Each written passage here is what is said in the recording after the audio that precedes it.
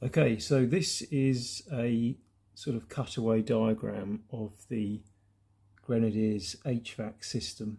It's obviously slightly simplified, but it shows you the pathways that the air takes through the actual box itself. So I've got a number of these slides, if you like, basically drawn them by hand for some reason. This is just basically showing the locations of everything and the shape and the airflow possibilities. So let's start with the blower. So this is obviously some distance away from the box, and this contains the filter and the recirculation flaps. So this blows air through the evaporator. So all the air from the fan goes through the evaporator. From the evaporator we find the hot water matrix. So this is obviously from the engine. Coolant is pumped in by an electric pump to this matrix here. And then above that we have the electric heater, which I find quite interesting.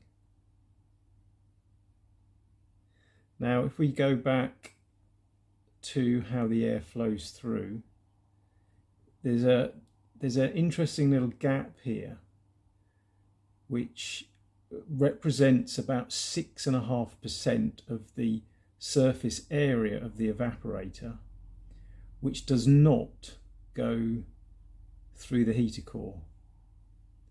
It does not go through the heater core. This air ultimately will end up in the face vents.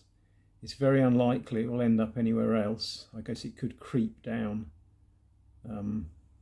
to the rear and the foot vents for the passenger, but it's very, very unlikely. So it will almost certainly go up to the face. The air that doesn't go through here, which is most of it, is directed through obviously the heater matrix, and then it's almost all directed through the electric core. There's a little bit of a bypass here, which is like a finger's width, which doesn't go through the electric, and so it all comes out here, and then it's obviously directed towards the driver or passenger's footwell, or the rear of the car, the rear seats, or the face level vents, or the defrost vents. And incidentally, this is the drain, the water drain at the bottom. Obviously this is kind of on its side here. This is the top of the unit, and that's the kind of the lowest part that drains the water out onto two pipes, I guess, either side of the transmission.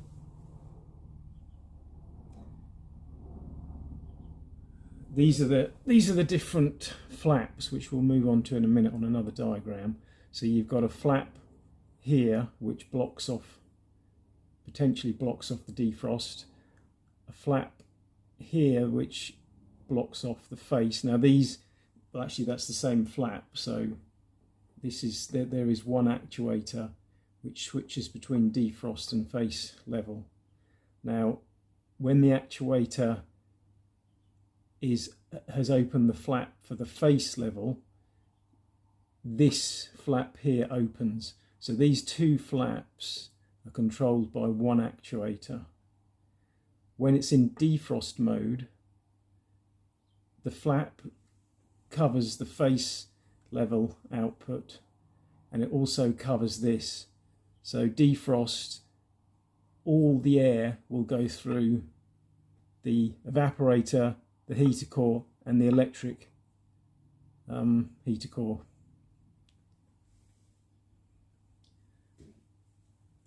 There's a bypass flap here which kind of stops any air from either coming up through here or going through there.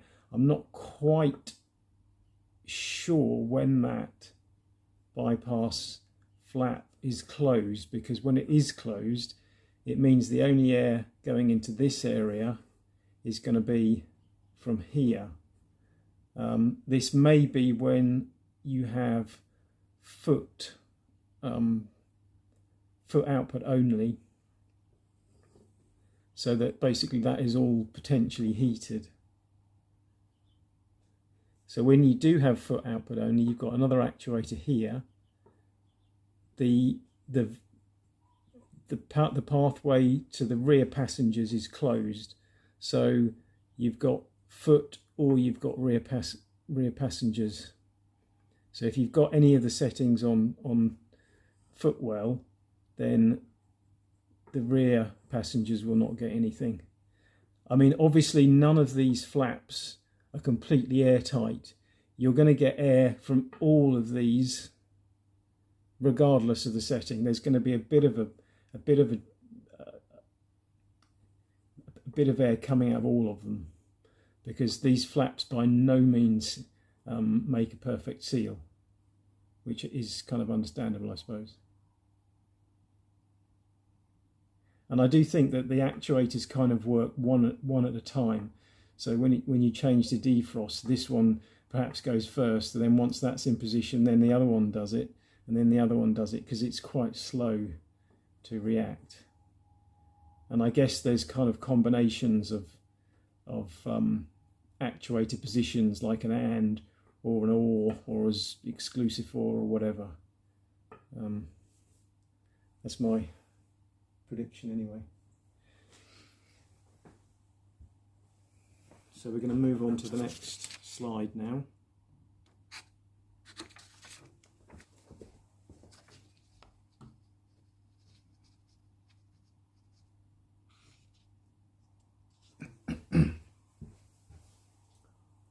So please note that these are my very best guesses, because I cannot actually see inside the unit when it's operating in the car. I mean, I suppose I could do, but it might be a bit tricky. So this is defrost. This is pretty simple to work out.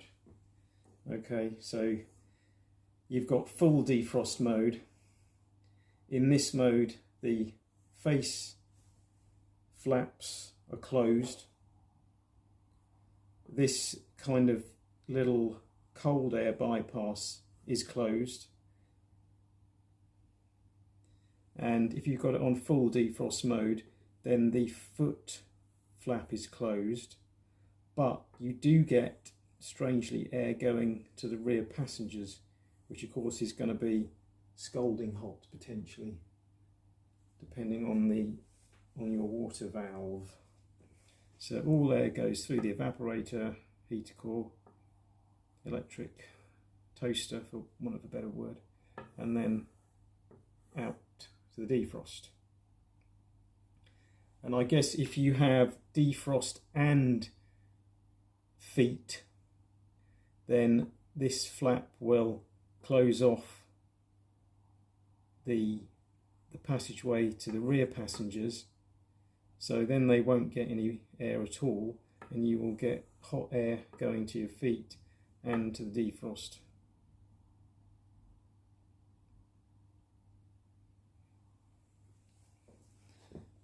Obviously this bypass will have to be open in this particular case, otherwise you would just get nothing. Probably a small explosion, I would imagine.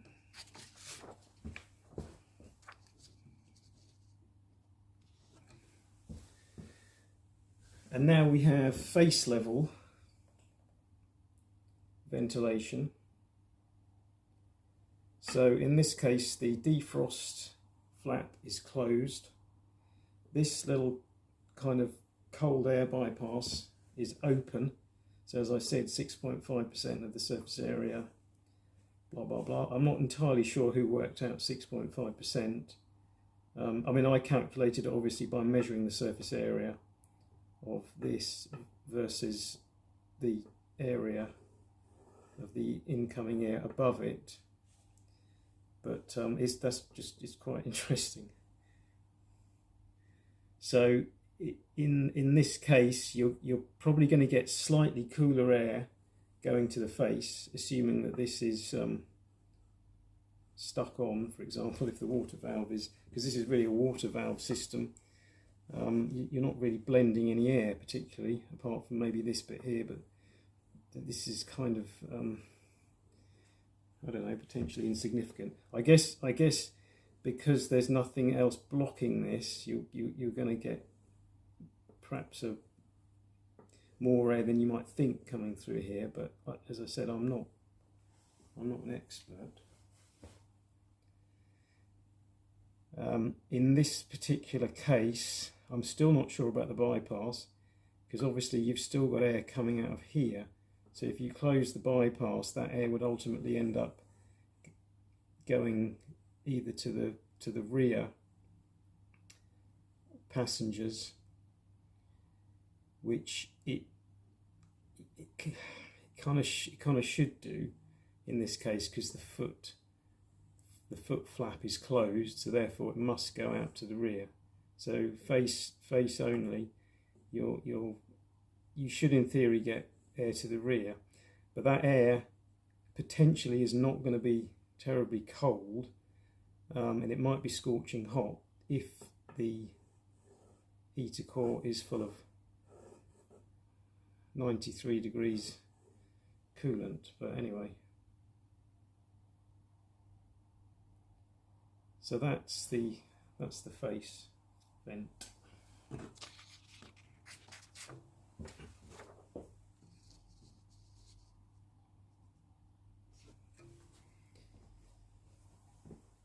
And finally, for good measure, we have the foot heater, or burner, or boiler, or broiler, or whatever, roaster, toaster. Now, potentially in this case, this is a bit strange because you can't close both the face and the defrost off.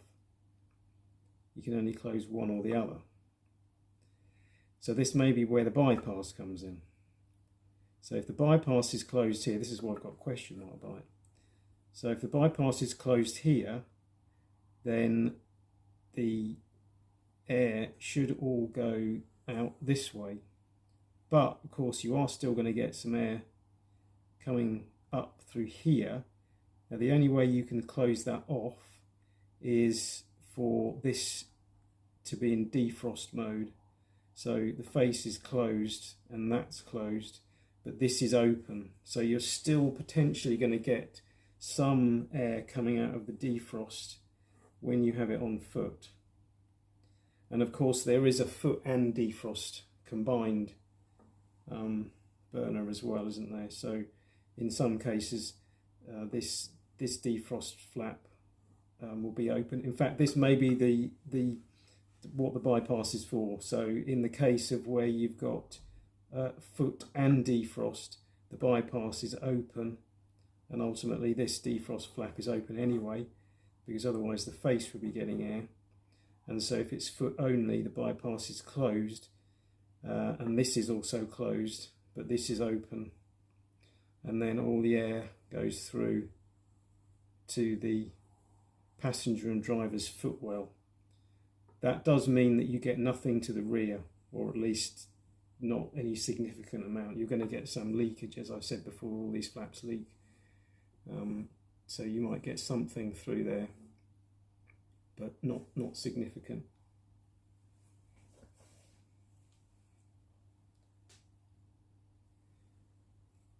I think that is probably it.